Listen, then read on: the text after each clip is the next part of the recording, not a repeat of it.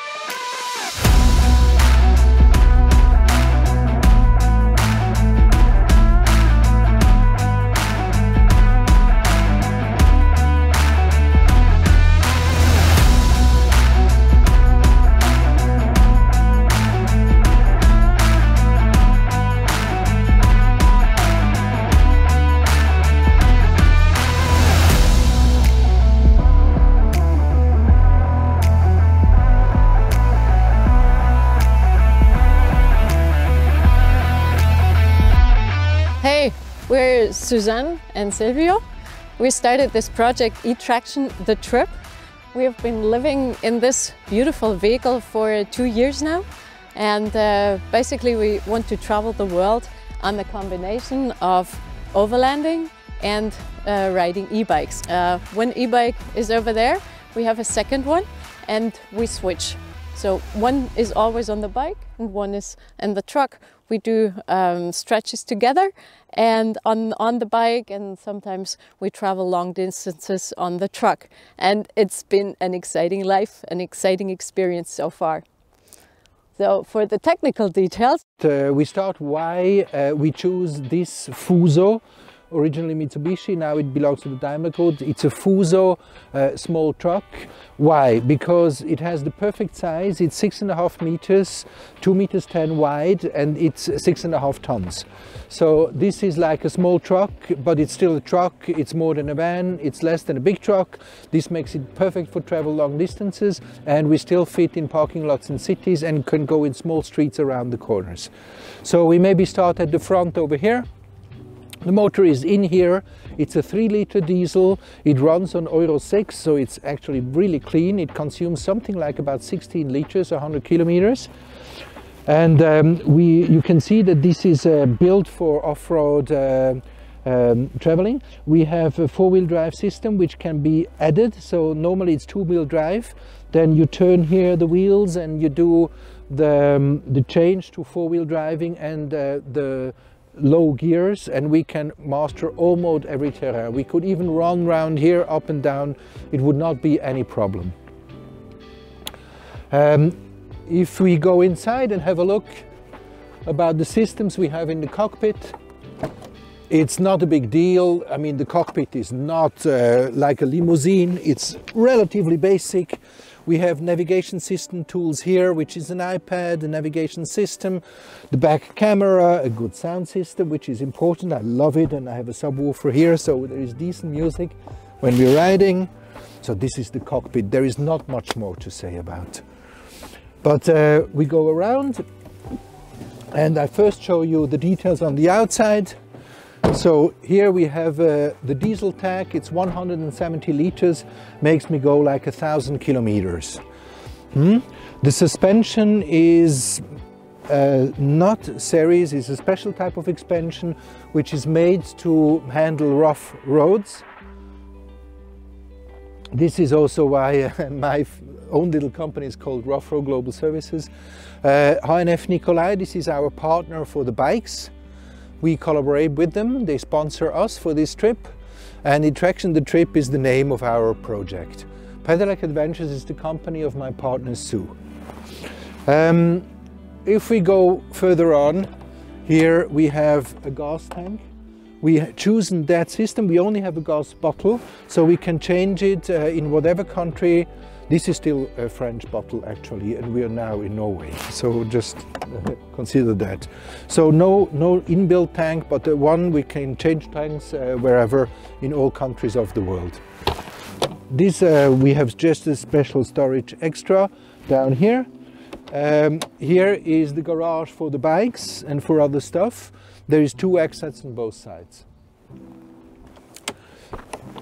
In the back we have still space left to put a second spare wheel, or now for the moment being we have these Max Tracks to get us out of the mud if we ever get stuck somewhere. And further on, what else is there to say from the outside? Oh, I have to present my little ramp, which is very practical. So over here, of course, boom, boom. This is a very nice additional feature for us if we want to, if we stay longer time in one specific place. Then here, of course, the other side of the same kind of storage area. This is the garage for the bikes. One bike is inside. You could see the other bike is outside. This one can be pulled out. I can actually not do it right for the moment being because we have our boxes inside and I have to remove them first before I can take the bike out. So that's the system. This is of course the water entry. I will talk about the water a little bit later on. Here we have still some storage where we keep our the batteries for the e-bikes. We have 8 batteries for the e-bikes and we have to be able to charge them all. This is another topic I'm going to explain in a second. Now I'll let you go inside and I show you the rest on the inside.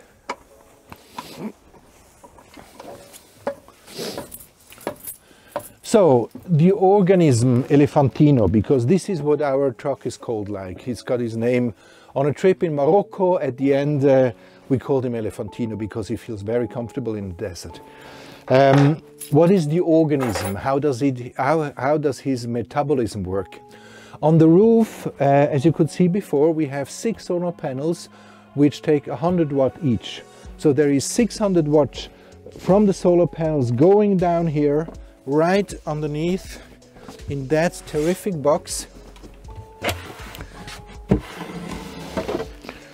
Can you see that?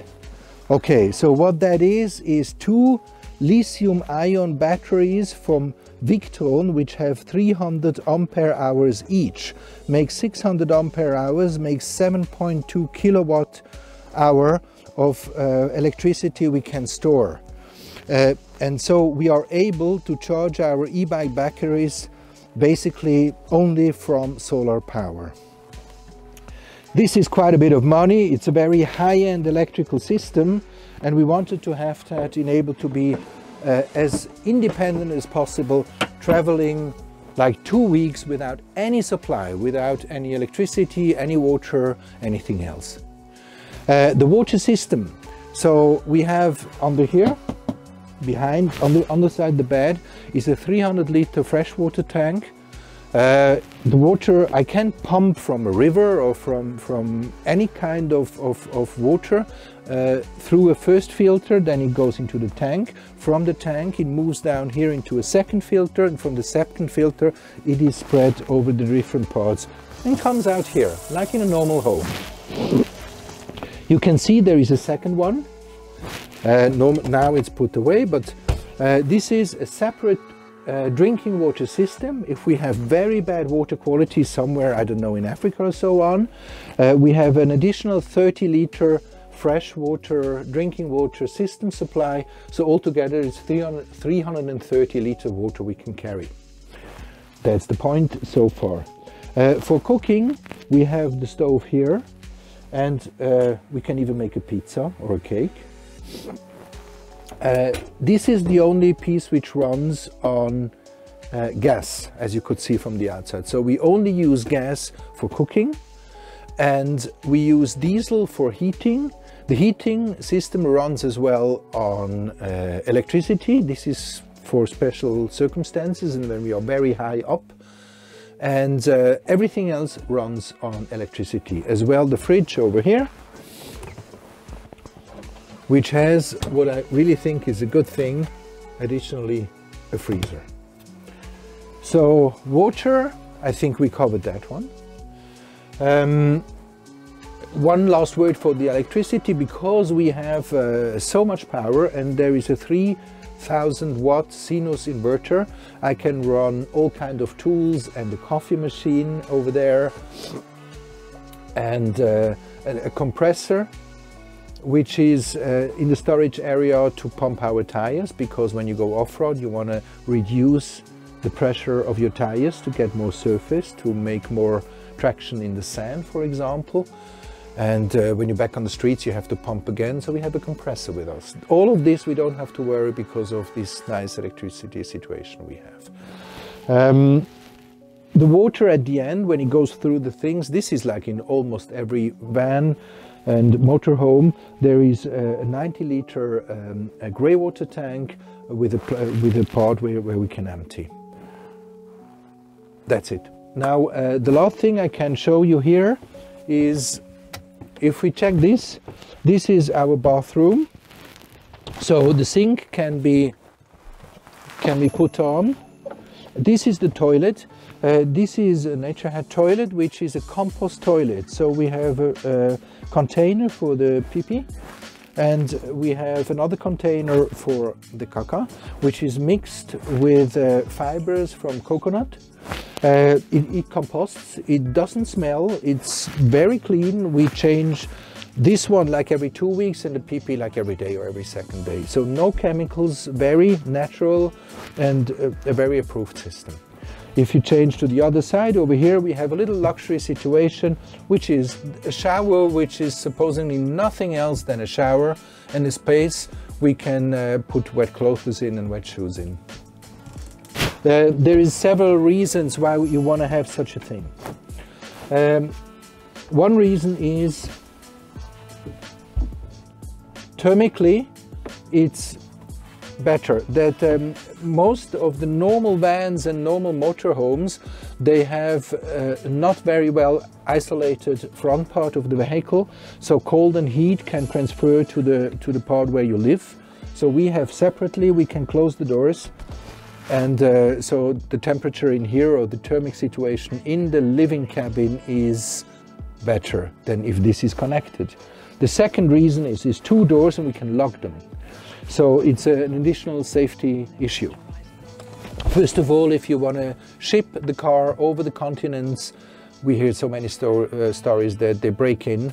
So we can completely shut down the living cabin, and the driving cabin has to be accessible because they put the vehicle on board and take it down again. Those guys do it, so there we don't have the control. I don't want to spend too much words about the storage areas. You can see, you know, like where it makes sense, there is cupboards for stuff everywhere around, clothes and so on. But something I would like to, but something I would like to emphasize on is check the windows, you know, like 1, 2, 3, 4. So we have a panorama view all around. And how can we manage that without having this problem which most van people know, that the windows are bad in insulation? These windows are extraordinary. So it's double gloss, it's gas in between, they have a high level of thermal insulation. This is massive material, which also for security issues, a hammer is not enough to break such a window. You really need something more heavy, or an axe, you know, with the point to. So the windows are very good in isolation, they are very safe, and this is why we allowed ourselves to have this kind of light inside of Elefantino. Of course, it's another thing which has its price, so I don't want to name the number, but we invested quite some money on the windows as well as on the electrical systems I showed you before, and quite some other details. For example, talking about details, one more thing I'd like to show you, because we want to be able to run in all kinds of daylight and nighttime conditions. So besides of having small lights which give us some ambient light on the outside if we sit here, we have very strong environmental lights on both sides, and one on the back, and in the front there is two laser beams, so we can almost have the same maneuvering capacity in nighttime as in daytime to find nice places to sleep, if ever we have to do so in nighttime with no lights. It does not maybe look that spectacular, but what gives an additional off-road capability to this vehicle is that because the driving cabin and the living cabin is separated, the vehicle can twist in terrain, can twist on grounds, and it even gets more traction on bad ground conditions. That's it. Thank you very much, Elefantino. To live in Elefantino for the last 2 years, it was not the easiest time because of Corona, so we got stuck in several places, but it was a great test for us to see how it works together. And what I really like is to learn what resources you really need, and automatically you're careful about your resources. So I think if everybody knew knew that and had that experience, maybe everybody would be a little more careful. What's fantastic is the combination of overlanding and traveling on e-bikes, because all in all it gives us the maximum range. So we can get to places on the bikes that the truck can't, and but we can do distances that maybe we had no chance to do on a bike in a certain time. And for me it is fantastic just to be on the road and also combine this with my work. I'm a journalist and I've been running Pedelec Adventures for 10 years. It's all about e-bike travel, and it is amazing to put this on such a level now. And of course it's great to do this together. Thank you guys. We'll see you in the next one. Okay. Hey. Bye bye. Bye bye. Bon alors déjà, on est super reconnaissant de s'être fait sauver la mise par Sylvio et Susanne. Franchement, s'ils n'avaient pas été là, on aurait certainement dû appeler une remorqueuse ou faire appel à nos assurances. Ça aurait été compliqué et surtout très cher. Donc ils nous ont bien tiré d'affaire. On a eu beaucoup de chance de ne pas avoir de dégâts sous le van. Ça aurait pu être bien pire s'il y avait eu des cailloux ou une terre un petit peu plus dure. On aurait pu très bien abîmer la ligne d'échappement et ça nous aurait coûté bonbon. Donc c'était vraiment sympa de leur part de nous dévoiler leur van, ou plutôt leur camion, ouais. Hein, parce que c'est un engin terrible. C'est assez cher comme véhicule, mais moi ce que j'ai trouvé vraiment intéressant, c'est que il n'y avait pas tant de luxe là-dedans. Hein. C'était méticuleusement réfléchi pour être un outil d'expédition et d'autonomie et d'aventure.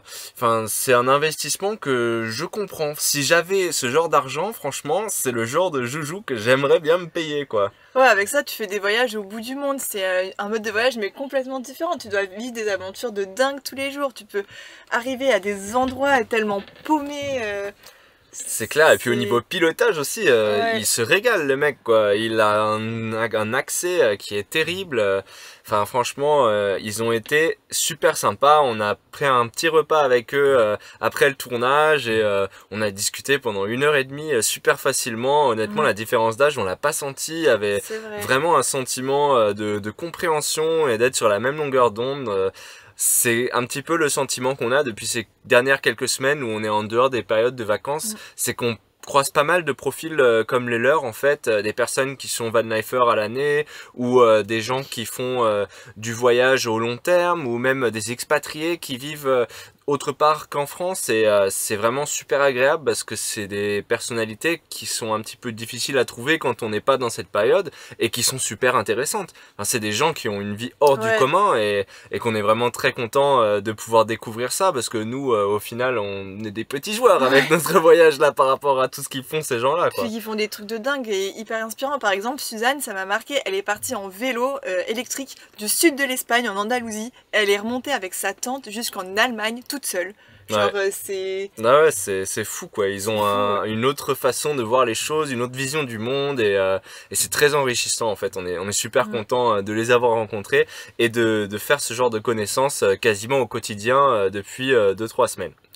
On espère que ce van tour t'a plu, il était vraiment super impressionnant ce camion et j'espère que tu en as la bonne compréhension quoi, d'à quel point c'est ouf ce qui se sont fait construire ces deux-là. On a plein de vidéos de voyage de notre trip depuis la Suisse jusqu'en Norvège, donc on t'invite à aller les voir et puis nous on va se dire à la semaine prochaine pour une prochaine vidéo. À la semaine prochaine! Salut, ciao!